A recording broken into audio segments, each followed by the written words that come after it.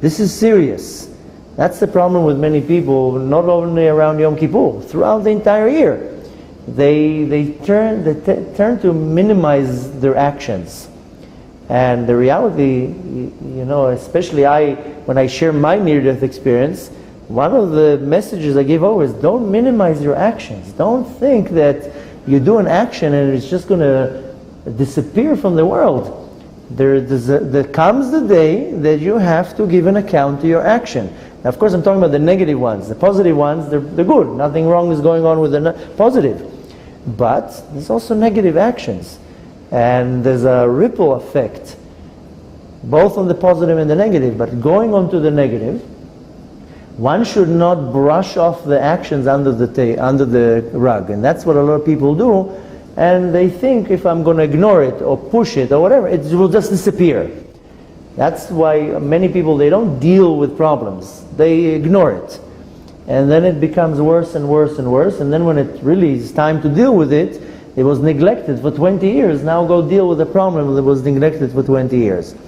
So these little actions, these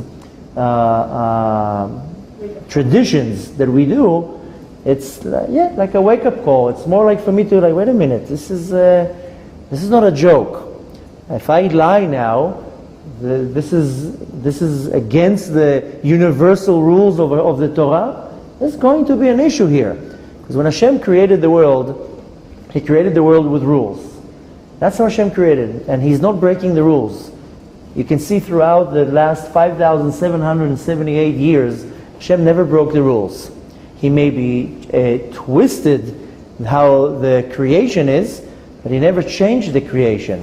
Even in the plagues of Egypt, He didn't create a new creation. He took whatever exists in creation and He magnified it.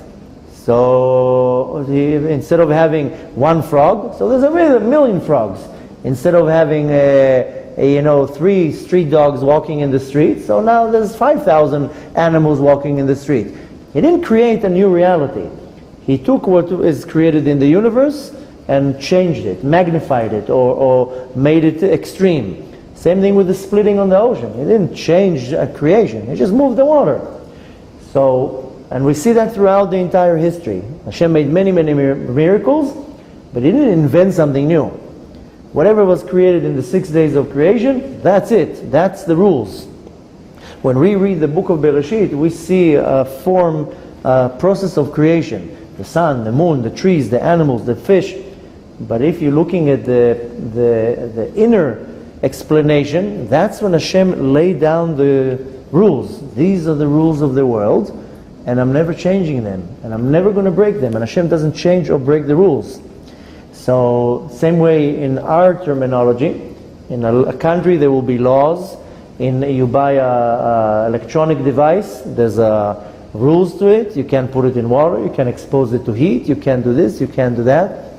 So Hashem created the world with many rules, and there's reasons for the rules. And then He gave us a guide. He says, here's the Torah, follow the rules. If you do the positive things, it will benefit you. You'll do the negative things, chas v'shalom, it can hurt you. Don't ignore my rules. And again, it's not that Hashem is now as a terrorist, chas v'shalom, and He wants to terrorize us. He just says, these are the rules. Don't lie. When you lie, you're breaking the universal code of the Torah. You're creating a problem.